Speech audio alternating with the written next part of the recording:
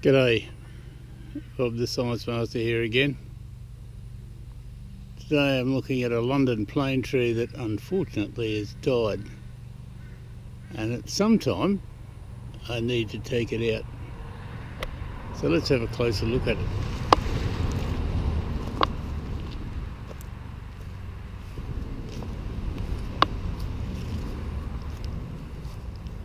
It's only been dead for 6 months or so. Still got quite a bit of bark on it. I've actually trimmed the bark from this limb because this is one that I want to take out rather soon.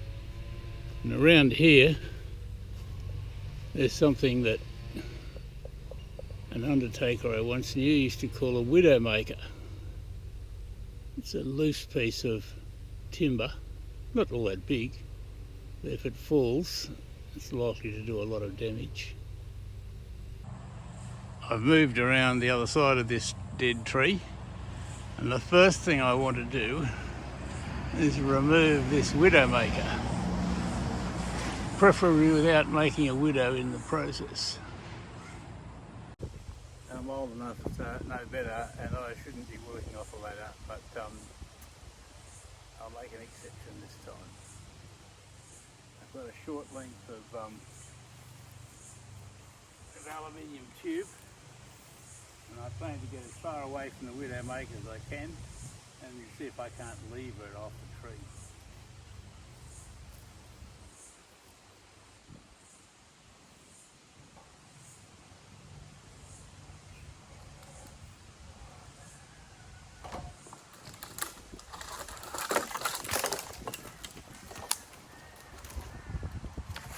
Well, it was unexpected. It really was very, very precariously balanced, so it's good that it's down. G'day again, I'm back at the tree. I bought a seat. Actually, it doubles as a lot of other things besides the seat, and today I'm going to use it as a little step, so I can step up but be just a little bit safer than I am when I'm on the ladder. Now, the first thing I'm going to do this morning is deal with this branch here. When I take the tree down, I'm going to be cutting directly underneath this branch, and it's leaning this way, so if I take it down first, then that's going to make it easier for me to pull the tree in the opposite direction. So the way I'm going to do that is first of all to mark the direction that the limb is likely to fall in, and I've got hammer and nail is going to help me do that.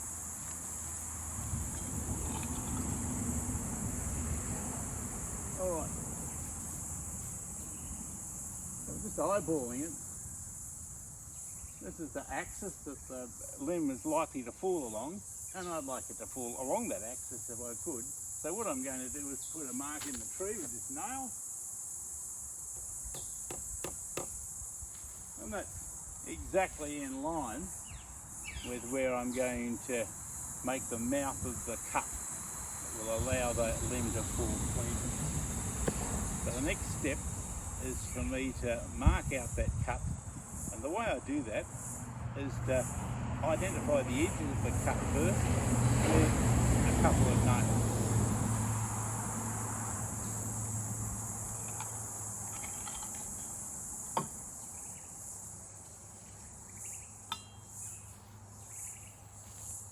Okay, I'm going to be cutting down here, down to around about there. So that's where I want the edge of my cut to be. And the other side, I want pretty much opposite.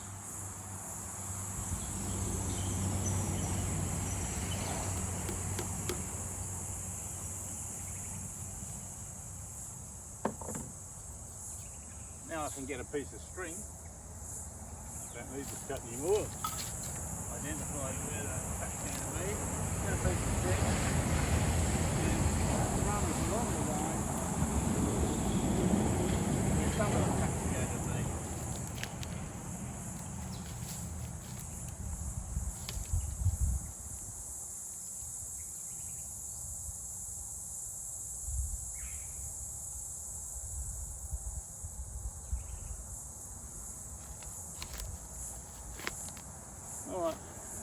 mark the line in.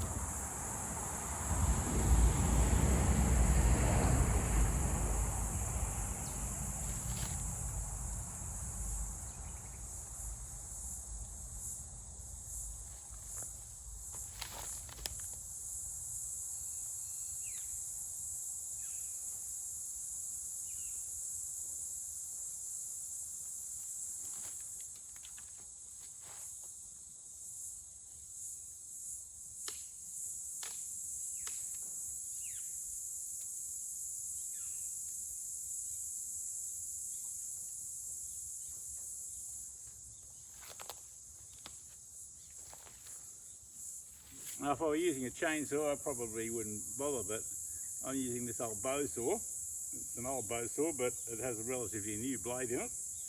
That makes a difference when it's your energy that's going to make the cut rather than the energy of a chainsaw.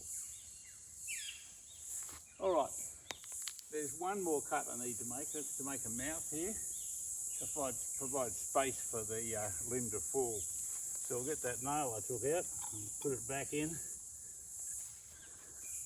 Low enough here to make a reasonable space. Now the lower I go, I guess, the more the space there is, but it doesn't need too much, so I think 70, 80 millimetres or so will probably be fine. Now I run the string back around here, loop it around a few times,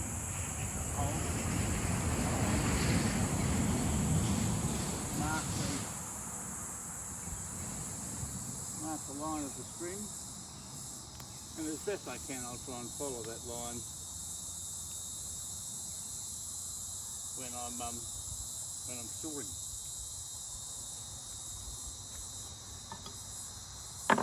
Okay, now the string can come off.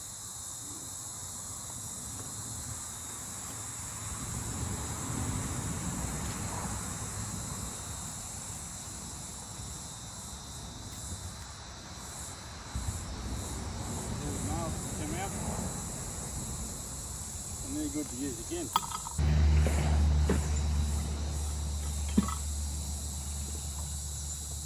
This step, come seat, come whatever, actually started life as a tote bucket from a bee gear, and it's gradually evolved as I've found other uses for it.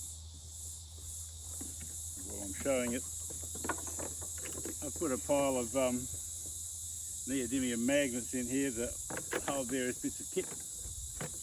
I've got the neodymium magnet with a hole in the centre, little brass screw, holds it in place perfectly, and the bits of gear, normally that I use with my beekeeping, I've got somewhere for them to be kept. Even big bits of stuff like this bee brush.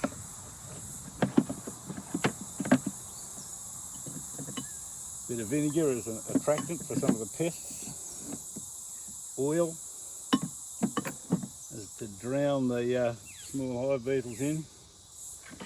Little knife, a few other little knives as well for cutting wax and what have you. Very useful piece of gear. But today it's a seat and it's a step for me to access that branch.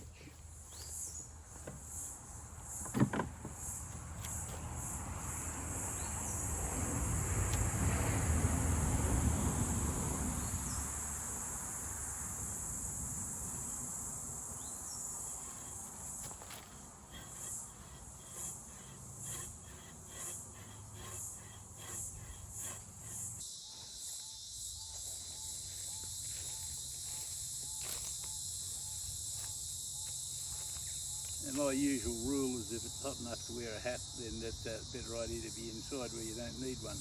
But I really want to get this branch down thing. I've cut a notch out of it already. So I'll make a few cuts from this side, and then I'll move the camera where it makes a better view of the limb as it falls, hopefully not taking me with me.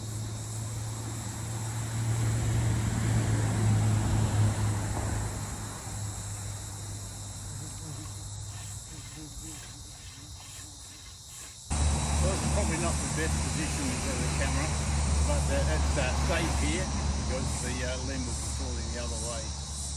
I haven't got the entire limb in shot, but we'll see it fall and hopefully we won't see me fall.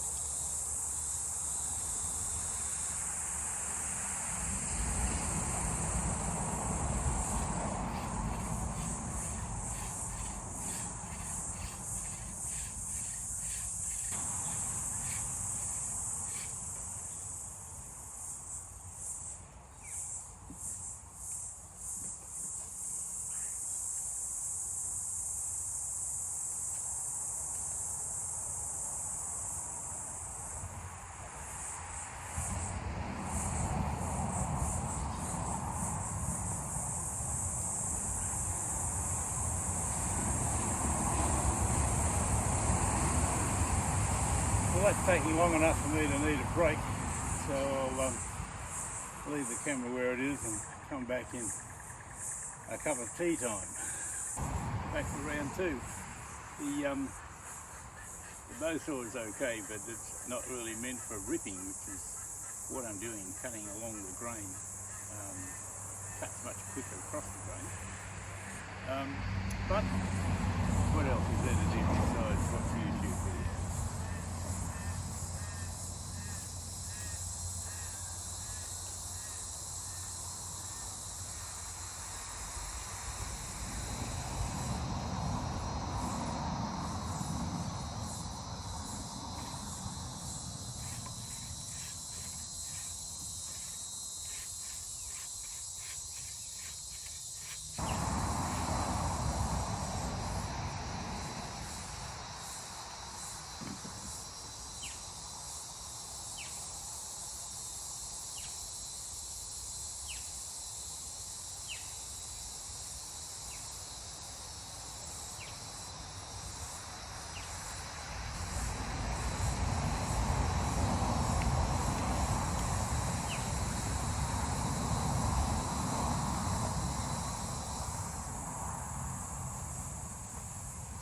Every couple of minutes I come around and I check this side of the cut to see if I'm cutting level. Provided I cut level with the gape of the wedge, then the limb should fall straight out in the direction of the fall, or the direction of the lean.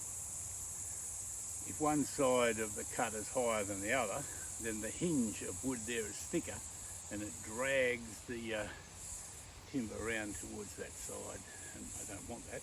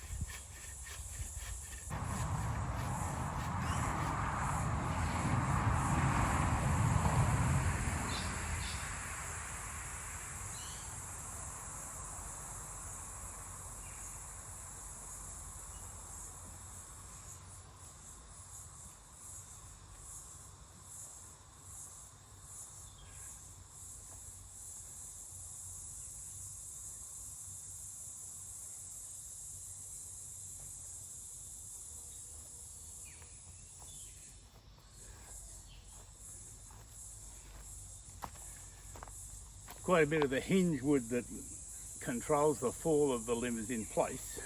I don't want too much of it to go, so when I cut a bit more, I think I'll get a wedge and see if I can wedge the limb down from the top while the hinge wood is still there to control the bending first and then the break.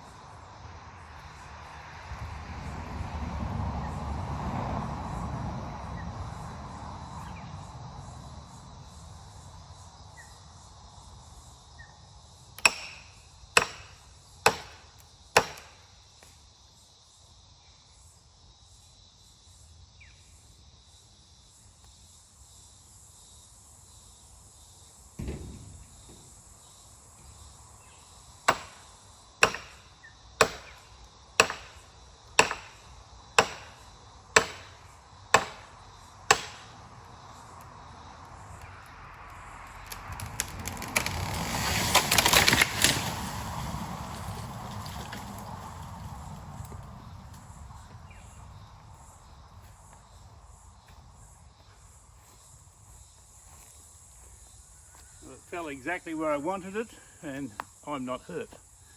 That's both good outcomes.